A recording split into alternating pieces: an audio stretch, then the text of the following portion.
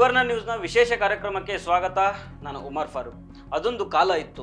ಆಗ ನಮ್ಮ ವಿಧಾನಸೌಧದಲ್ಲಿ ಶಾಂತವೇರಿ ಗೋಪಾಲಗೌಡರು, ನಿಜಲಿಂಗಪ್ಪನವರು, ಬಂಗಾರಪ್ಪನವರು, ನಜೀರ್ ಸಾಬ್, ದೇವೇಗೌಡರು, SR ಬೊಮ್ಮಾಯಿ ಅವರು, ಮಲ್ಲಿಕಾರ್ಜುನ್ ಖರ್ಗೆ ಅವರು, ವೀರೇಂದ್ರ ಪಾಟೀಲ್ರು, ಹೀಗೆ ಅನೇಕ ಮುತ್ಸದಿ ರಾಜಕಾರಣಿಗಳು ಮಾತಾಡಿದ್ದಾರೆ. ನಮ್ಮ ಊರಿಗೆ ನೀರು ಬಂದಿಲ್ಲ, ನಮ್ಮ ಕ್ಷೇತ್ರದಲ್ಲಿ ರಸ್ತೆ ಆಗ್ತಿಲ್ಲ, ನಮ್ಮ ಜಿಲ್ಲೆ ಕರೆಂಟ್ ಸಿಗ್ತಿಲ್ಲ ಅಂತ ಟೇಬಲ್ ಗುದ್ದಿ ಮಾತಾಡ್ತಾ ಇದ್ರು. ಅಂತಹ ಜನಾನುರಾಗಿ ರಾಜಕಾರಣಿಗಳನ್ನ ನಮ್ಮ ವಿಧಾನಸೌಧ ಕಂಡಿದೆ. ಆದ್ರೆ ಈಗಿನ ರಾಜಕಾರಣವೇ ಬೇರೆ. ಇವತ್ತು ರಾಜಕಾರಣ ವೈಯಕ್ತಿಕ ದ್ವೇಷ ಆಗ್ಬಿಟ್ಟಿದೆ. ರಾಜಕೀಯ ದ್ವೇಷಕ್ಕೋಸ್ಕರ ಮಾನಹರಣ ಮಾಡುವಂತ ಕೆಲಸಗಳು ನಡೀತಾ ಇದ್ದಾವೆ. ತೀರಾ ಖಾಸಗಿ ವಿಚಾರಗಳನ್ನ ವಿಧಾನಸೌಧದಲ್ಲಿ ಚರ್ಚೆ ಆಗುವಷ್ಟರ ಮಟ್ಟಿಗೆ ನಮ್ಮ ರಾಜ್ಯದ ರಾಜಕಾರಣ ಕುಲ್ಗೆಟ್ಟು ಹೋಗಿದೆ. ನೋಡಿ, ಅವಾಗಲೇ ನಾನು ಮೇಲೆ ಹೇಳಿದ ಮಹಾನ್ ಭಾವರು ಮಾಡಿದ ಉತ್ತಮ ಕೆಲಸಗಳಿಂದಾನೇ ನಮ್ಮ ರಾಜ್ಯ ಇಡೀ ದೇಶದಲ್ಲೇ ಇವತ್ತು ಒಂದು ಸಮೃದ್ಧ ರಾಜ್ಯ ಅನ್ಸ್ಕೊಂಡಿದೆ. ಈಗ ಹನಿ ಟ್ರ್ಯಾಪ್ ಅಂದ್ರೇನೆ ಕರ್ನಾಟಕ ಅನ್ನೋ ಮಟ್ಟಿಗೆ ನಮ್ಮ ಕರ್ನಾಟಕದ ಬಗ್ಗೆ ಬೇರೆ ರಾಜ್ಯಗಳಲ್ಲಿ ಡಿಸ್ಕಸ್ ಮಾಡಲಾಗ್ತಿದೆ. ಎಲ್ಲಿ ನೋಡಿದ್ರು ಬರೀ ಹನಿ ಟ್ರ್ಯಾಪ್. ಇದರ ನಡುವೆ ಕಾಂಗ್ರೆಸ್ ನಾಯಕ BK ಹರಿಪ್ರಸಾದ್ ಒಂದು ಬಾಂಬ್ ಸಿಡಿಸಿದ್ದಾರೆ. ಹನಿ ಟ್ರ್ಯಾಪ್ ಈಗ ಆರಂಭ ಆಗಿದ್ದಲ್ಲ, ನರೇಂದ್ರ ಮೋದಿ ಅವರು ಗುಜರಾತ್ ಮುಖ್ಯಮಂತ್ರಿ ಆಗಿದ್ದಾಗಲೂ ಇದು ನಡೆದಿದೆ. ಈ ಕುತಂತ್ರಕ್ಕೆ RSSನ ಒಬ್ಬ ಪ್ರಮುಖ ನಾಯಕರೇ ಬಲಿಯಾಗಿದ್ದಾರೆ ಅಂತ ಹೇಳಿದ್ದಾರೆ. ಹಾಗಾದ್ರೆ ಇವತ್ತಿನ ವಿಡಿಯೋದಲ್ಲಿ ನರೇಂದ್ರ ಮೋದಿ ಮುಖ್ಯಮಂತ್ರಿ ಆಗಿದ್ದಾಗ ನಡೆದ ಹನಿ ಟ್ರ್ಯಾಪ್ ಕಥೆ ಏನು ಅನ್ನೋದನ್ನ ನೋಡೋಣ. ಅದಕ್ಕೂ ಮೊದಲು ನೀವು ಇನ್ನೂ ನಮ್ಮ ಚಾನಲ್ನ ಸಬ್ಸ್ಕ್ರೈಬ್ ಮಾಡದೆ ನೋಡ್ತಾ ಇದ್ರೆ ಸಬ್ಸ್ಕ್ರೈಬ್ ಮಾಡಿ, ಈ ವಿಡಿಯೋನ ಕೊನೆ ತನಕ ಮಿಸ್ ಮಾಡದೆ ನೋಡಿ. ಹಾಗೆ BK ಹರಿಪ್ರಸಾದ್ ಹೇಳಿದ್ದೇನು ಅನ್ನೋದನ್ನ ಒಮ್ಮೆ ನೋಡ್ಬಿಡಿ. ಮೊದಲು ಶುರುವಾಗಿದ್ದೆ ಗುಜರಾತ್ ಅಲ್ಲಿ ಸಂಜಯ್ ಜೋಶಿ ಅಂತ ಹೇಳಿ ಒಬ್ಬ RSSನ ಪ್ರಚಾರಕ ಪ್ರಮುಖ ನಾಯಕ. ಅವ್ರನ್ನೇ ಹನಿ ಟ್ರ್ಯಾಪ್ ಮಾಡಿ ಅವ್ರನ್ನ ರಾಜಕೀಯವಾಗಿ ಮುಗಿಸ್ಬಿಟ್ಟಿದ್ರು ಮಹಾನ್ ಬಾಬು. ತಾವು ನರೇಂದ್ರ ಮೋದಿ ಅವರ ಬಗ್ಗೆ ನೀವು ಹೆಸರು ಹೇಳಿದಿರಿ, ಬಹಳ ಒಳ್ಳೇದಾಯ್ತು. ನಾನು ಅದನ್ನೇ ಹೆಸರು ಹೇಳ್ತಾ ಇಲ್ಲ. ಸಂಜಯ್ ಜೋಶಿ ಅಂದ್ರೆ ಗೊತ್ತಾಗುತ್ತೆ ಯಾರು ಮಾಡಿದ್ದು ಅಂತ ಹೇಳಿ. ಇವೆಲ್ಲ ನಡೆದೋಗಿದೆ. ಒಂದು ಹೆಣ್ಮಗಳಿಗೆ ಅವ್ರನ್ನ ರಕ್ಷಣೆಗೋಸ್ಕರ STF ಕೂಡ ಕೊಟ್ಟಿದ್ದಾರೆ ಗುಜರಾತಲ್ಲಿ. ಆ ಥರ ಕೆಲಸಗಳೇನು ಕರ್ನಾಟಕದಲ್ಲಿ ಆಗಿದೆ. ನೋಡಿ, ಹನಿ ಟ್ರ್ಯಾಪ್ ಅನ್ನೋದು ಅನಾದಿ ಕಾಲದಿಂದಲೂ ನಡ್ಕೊಂಡು ಬಂದಿದೆ. ರಾಜ ಮಹಾರಾಜ ಕಾಲದಲ್ಲೂ ಇತ್ತು, ಈಗಲೂ ನಡೀತಾನೆ ಇದೆ. ಎರಡನೇ ಮಹಾಯುದ್ಧದ ಸಂದರ್ಭದಲ್ಲಿ ಮೋಜ್ನೋ ಗಲ್ಸ್ ಅಂತ ಇದ್ರು. ತನ್ನ ವಿರೋಧಿಗಳನ್ನ ಬಲೆಗೆ ಬೀಳ್ಸ್ಕೊಳ್ಳೋದಕ್ಕೆ, ಅವರ ಮರ್ಯಾದೆಯನ್ನು ತೆಗೆಯೋದಕ್ಕೆ ರಷ್ಯಾ ಈ ಮೋಜ್ನೋ ಗಲ್ಸ್ಗಳ ಒಂದು ಟೀಮ್ ಅನ್ನೇ ರೆಡಿ ಮಾಡ್ಕೊಂಡಿತ್ತು. ಮುಂದೆ ಈ ಹನಿ ಟ್ರ್ಯಾಪ್ ಅನ್ನ ಮಹಾ ಅಸ್ತ್ರವಾಗಿ ಬಳಸ್ಕೊಂಡಿದ್ದು ಇಸ್ರೇಲ್ನ ಮೊಸಾದ್. ಈ ಮೊಸಾದ್ ಯಾವ್ಯಾವ ಆಪರೇಷನ್ಗಳಲ್ಲಿ ಸಕ್ಸಸ್ ಕಂಡಿದೆಯೋ ಅದೆಲ್ಲದರಲ್ಲೂ ಬಹುತೇಕವಾಗಿ ಈ ಹನಿ ಟ್ರ್ಯಾಪ್ ಅನ್ನೋ ಕುತಂತ್ರವನ್ನ ಬಳಸ್ಕೊಂಡು ಅದು ಸಕ್ಸಸ್ಗಳನ್ನ ಆಗಿದೆ. ಇನ್ನು ಜರ್ಮನ್ನಲ್ಲಿ ಮಾತಾಹರಿ ಅನ್ನೋ ಒಂದು ಏನೇನು ಹೆಸರು ಕೇಳಿ ಬರುತ್ತೆ. ಹೀಗೆ ಫ್ರಾನ್ಸ್ನ ಸೇನಾಧಿಕಾರಿಗಳನ್ನ ಟ್ರ್ಯಾಪ್ ಮಾಡಿ ಚಟ್ಟ ಕಟ್ಟಿದ ಸಾಕಷ್ಟು ಕಥೆಗಳು ಇದಾವೆ. ಇನ್ನು ಭಾರತದ ಮಟ್ಟಿಗೆ ಹೆಚ್ಚು ಸದ್ದು ಮಾಡಿದ ಹೆಸರು ಅಂದ್ರೆ ಅದು ಮಾಧುರಿ ಗುಪ್ತಾ.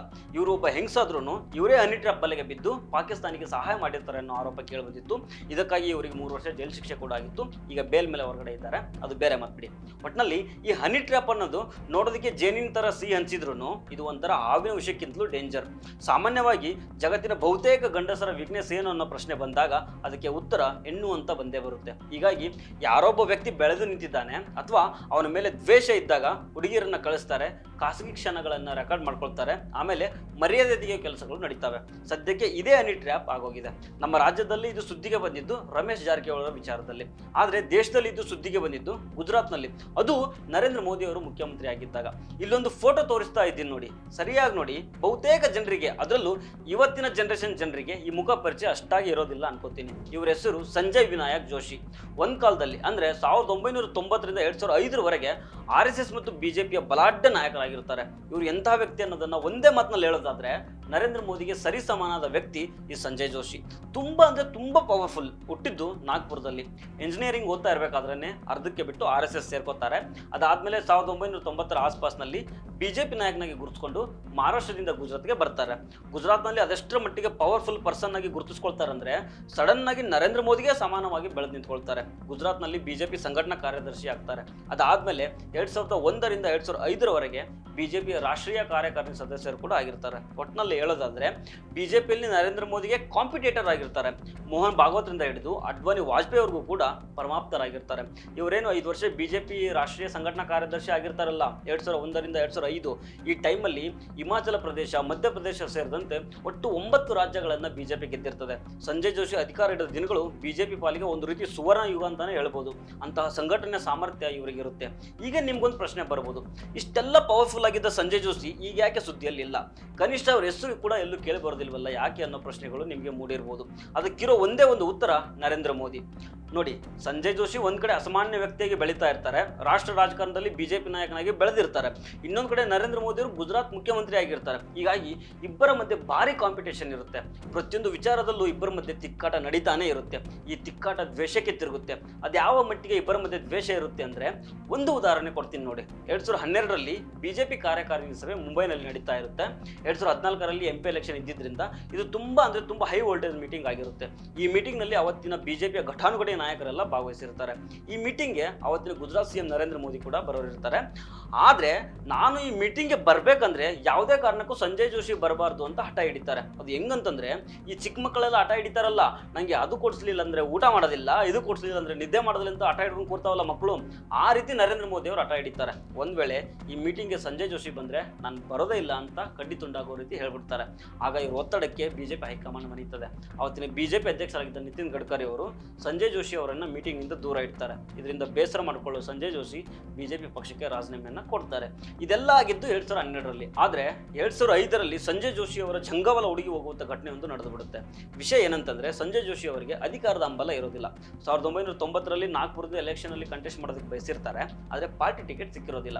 ಅದಾದ್ಮೇಲೆ ಗುಜರಾತ್ಗೆ ಹೋಗಿ ಅಲ್ಲಿನ ಪಕ್ಷ ಸಂಘಟನೆ ಮಾಡೋ ಜವಾಬ್ದಾರಿಯನ್ನ RSS ಇವರಿಗೆ ಕೊಟ್ಟಿರುತ್ತೆ. ಅವಿವಾಹಿತ ಆಗಿರ್ತಾರೆ, ತಾನೊಬ್ಬ ಬ್ರಹ್ಮಚಾರಿ ಅಂತ ಹೇಳ್ಕೊಂಡಿರ್ತಾರೆ, ತುಂಬಾ ಸಿಂಪಲ್ ಮನುಷ್ಯ ಆಗಿರ್ತಾರೆ. ಒಂದ್ ಕಡೆ ನರೇಂದ್ರ ಮೋದಿ ಅವರು ಸೂಟು ಬೂಟು ಹಾಕೊಂಡು ಡಿಸೈನ್ ಕುರ್ತಾಗಳನ್ನ ಹೊಲಿಸ್ಕೊಂಡು ಭರ್ಜರಿ ಫ್ಯಾಷನ್ ಮಾಡೋದಕ್ಕೆ ಇಷ್ಟಪಟ್ರೆ, ಇವರು ನಾನು ಸಿಂಪಲ್ ಸಂತನ್ ರೀತಿ ಇರ್ತೀನಿ ಅಂತ ಹೇಳ್ಕೊಳ್ತಾ ಇರ್ತಾರೆ. ಹೆಣ್ಣು ಮಕ್ಕಳ ಜೊತೆ ಜಾಸ್ತಿ ಮಾತಾಡ್ತಾನೂ ಇರಲಿಲ್ಲ. ಹೀಗಾಗಿ ಗುಜರಾತ್ನಲ್ಲಿ ಇವರನ್ನ ಪ್ರೀತಿಯಿಂದ ಸಂಜಯ್ ಭಾಯ್ ಅಂತ ಕರೀತಾ ಇದ್ರು. ಇದೆಲ್ಲ ಸಣ್ಣ ಪುಟ್ಟ ವಿಚಾರಗಳು ಕೂಡ ನರೇಂದ್ರ ಮೋದಿ ಜೊತೆಗಿನ ದ್ವೇಷಕ್ಕೆ ಮ್ಯಾಟರ್ ಆಗಿರ್ತವೆ. ಇದೆಲ್ಲ ಕಿತ್ತಾಟ ತಿಕ್ಕಾಟ ನಡೀತಾ ಇರಬೇಕಾದ್ರೇನೆ ಸಂಜಯ್ ಭಾಯ್ದು ಸೆಕ್ಸ್ ಸಿಡಿ ಹೊರಗೆ ಬಂದ್ಬಿಡುತ್ತೆ. ಈ ಸಿಡಿ ಅವತ್ತಿನ ಮಟ್ಟಿಗೆ ದೊಡ್ಡ ಸದ್ದು ಮಾಡುತ್ತೆ. ಒಂದ್ ಲೆಕ್ಕದಲ್ಲಿ ರಮೇಶ್ ಜಾರಕಿಹೊಳಿ ಅವರ ಕೇಸನ್ನು ಮೀರಿಸಿ ಸದ್ದು ಮಾಡುತ್ತಿದ್ದು. ಇದರಿಂದಾಗಿ RSS ಕೂಡ ಸಂಕಟದಲ್ಲಿ ಸಿಕ್ಕಾಕೊಂಡ್ಬಿಡುತ್ತೆ. ಹೇಳಿ ಕೇಳಿ ಸಂಜಯ್ ಜೋಶಿ ತೀರಾ ಸಂಪ್ರದಾಯವಾದಿಯಾಗಿ ಒಂದು ಸಂತನ ರೀತಿಯಾಗಿ ಗುರುತಿಸ್ಕೊಂಡಿರ್ತಾರೆ. ಈ ಹಿಂದೆ ಅಟಲ್ ಬಿಹಾರಿ ವಾಜಪೇಯಿ ಅವರು ಹೇಳ್ತಾ ಇದ್ರಲ್ಲ, ನಾನು ಮದ್ವೆ ಆಗಿಲ್ಲ ಅಷ್ಟೇ, ಹಾಗಂತ ಬ್ರಹ್ಮಚಾರಿ ಏನಲ್ಲ ಅಂತ. ಸಂಜಯ್ ಜೋಶಿ ಹಂಗೂ ಇರೋದಿಲ್ಲ. ಕಟ್ಟರ್ RSS, ಕಟ್ಟರ್ ಸಂಪ್ರದಾಯವಾದಿ. ಹೀಗಾಗಿ ಅವರನ್ನ ವಿರೋಧ ಮಾಡ್ಲಿಕ್ಕೂ ಆಗದೆ, ಸಮರ್ಥನೆ ಮಾಡ್ಲಿಕ್ಕೂ ಆಗದೆ RSS ಕೂಡ ಅವತ್ತಿನ ದಿನಗಳಲ್ಲಿ ಸುಮ್ಮನೆ ಆಗ್ಬಿಡುತ್ತೆ. ಅವತ್ತಿನ ದಿನಗಳಲ್ಲಿ ಇವ್ರದ್ದು ಸೆಕ್ಸ್ ಸಿಡಿ ಬಂದಿರುತ್ತೆ. ಆ ವಿಡಿಯೋದಲ್ಲಿ ಮಹಿಳೆಯ ಮುಖ ಬ್ಲರ್ ಆಗಿನೇ ಇರುತ್ತೆ.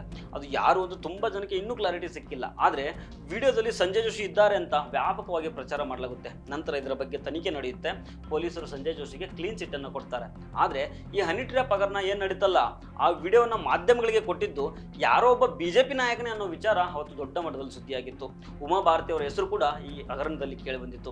2005ರಲ್ಲಿ ಸಂಜಯ್ ಜೋಶಿ ಸ್ಕ್ಯಾಂಡಲ್ ದೊಡ್ಡ ಮಟ್ಟದಲ್ಲಿ ಸುದ್ದಿ ಆಗುತ್ತೆ. 2006ರಲ್ಲಿ ಕ್ಲೀನ್ ಚಿಟ್ ಸಿಕ್ಬಿಡುತ್ತೆ. ಅಷ್ಟೊತ್ತಿಗೆ ಅವರು ಪಕ್ಷಕ್ಕೆ ರಾಜೀನಾಮೆಯನ್ನು ಕೊಟ್ಟಿರ್ತಾರೆ. ಕ್ಲೀನ್ ಚಿಟ್ ಸಿಕ್ಕ ಮೇಲೆ ಮತ್ತೆ ಪಕ್ಷಕ್ಕೆ ಸೇರಿಸ್ಕೊಳ್ಳಾಗುತ್ತೆ. ಆದ್ರೆ ಈ ಒಂದು ಸಿಡಿ ವಿಚಾರದಿಂದ ಅವರ ವೃತ್ತಿ ಜೀವನವೇ ಕೇವಲ ಒಂದೇ ಒಂದು ವರ್ಷಗಳ ಅವಧಿಯಲ್ಲಿ ಮುಗಿದೋಗುತ್ತೆ. ಆಗೆಲ್ಲ ಬಿಜೆಪಿ ನಾಯಕರು ಆರೋಪ ಮಾಡ್ತಾ ಇದ್ರು, ಸಂಜಯ್ ಜೋಶಿನ ಹನಿಬೇಕಂತ ಯಾರೋ ಈ ಕುತಂತ್ರ ಮಾಡಿದ್ದಾರೆ, ಅವರ ಮೇಲೆ ದ್ವೇಷ ಇಟ್ಕೊಂಡವರೇ ಈ ಕೆಲಸ ಮಾಡಿದ್ದಾರೆ ಅಂತ RSS, ವಿಶ್ವ ಹಿಂದೂ ಪರಿಷತ್ ಸೇರಿ ಬಿಜೆಪಿ ಹಿರಿಯ ನಾಯಕರು ಸಹ ಹೇಳ್ತಾ ಇದ್ರು. ಆದ್ರೆ ಈ ತನಕ ಸಂಜಯ್ ಜೋಶಿ ಅವರನ್ನ ರಾಜಕೀಯವಾಗಿ ಮುಗಿಸೋಕೆ ಸೆಕ್ಸ್ ಸಿಡಿ ಮಾಡಿಬಿಟ್ಟಿದ್ದು ಯಾರು ಅನ್ನೋ ಪ್ರಶ್ನೆಗೆ ಉತ್ತರ ಇನ್ನೂ ಸಿಕ್ಕಿಲ್ಲ. ಈಗ ನರೇಂದ್ರ ಮೋದಿ ಅವರು ದ್ವೇಷ ಇಟ್ಕೊಂಡಿದ್ರಿಂದ ಅವರೇ ಈ ಹನಿ ಟ್ರ್ಯಾಪ್ ಮಾಡಿರ್ಬೋದು ಅನ್ನೋ ಅರ್ಥದಲ್ಲಿ BK ಹರಿಪ್ರಸಾದ್ ಹೇಳಿರೋದ್ರಿಂದ ಗುಜರಾತಿನ ಹಳೆ ಹನಿ ಟ್ರ್ಯಾಪ್ ಕಹಾನಿ ಮತ್ತೆ ಮುನ್ನೆಲೆಗೆ ಬಂದಿದೆ. ಇವಾಗ ಮೋದಿಗೂ ಭಾಗವತ್ಗೂ ಅಷ್ಟಕ್ಕಷ್ಟೇ ಅಂತ ಹೇಳಲಾಗ್ತಿದೆ. ಹೀಗಾಗಿ ಮೋದಿಯನ್ನ ಕಟ್ಟಿ ಹಾಕೋದಕ್ಕೆ ಮೋಹನ್ ಭಾಗವತ್ ಸಂಜಯ್ ಜೋಶಿ ಅವರಿಗೆ ಬಿಜೆಪಿ ರಾಷ್ಟ್ರೀಯ ಅಧ್ಯಕ್ಷ ಪಟ್ಟ ಕಟ್ಟೋ ಯೋಚನೆಯಲ್ಲಿ ಇದ್ದಾರೆ ಅನ್ನೋ ಮಾತಿದೆ. ಈ ಮೂಲಕ ಅಂದ್ರೆ ಸಂಜಯ್ ಜೋಶಿಗೆ ರಾಷ್ಟ್ರೀಯ ಅಧ್ಯಕ್ಷನಾಗಿ ಮಾಡಿದ್ರೆ ಮೋದಿಯನ್ನ ಕಂಟ್ರೋಲ್ನಲ್ಲಿ ಇಡಬಹುದು ಅನ್ನೋದು RSS ಲೆಕ್ಕಾಚಾರ. ಇಂತಹದೊಂದು ಮಾತು ರಾಷ್ಟ್ರ ರಾಜಕಾರಣದಲ್ಲಿ ಕೇಳಿ ಬರ್ತಿದೆ. ಏನಾಗುತ್ತೋ ನೋಡೋಣ ಮುಂದೆ. ಸೊ ಫ್ರೆಂಡ್ಸ್, ಇದು ಇವತ್ತಿನ ಸ್ಪೆಷಲ್ ಸ್ಟೋರಿ. ಮತ್ತೆ ಭೇಟಿ ಆಗ್ತಿರೋಣ. ನಮಸ್ಕಾರ.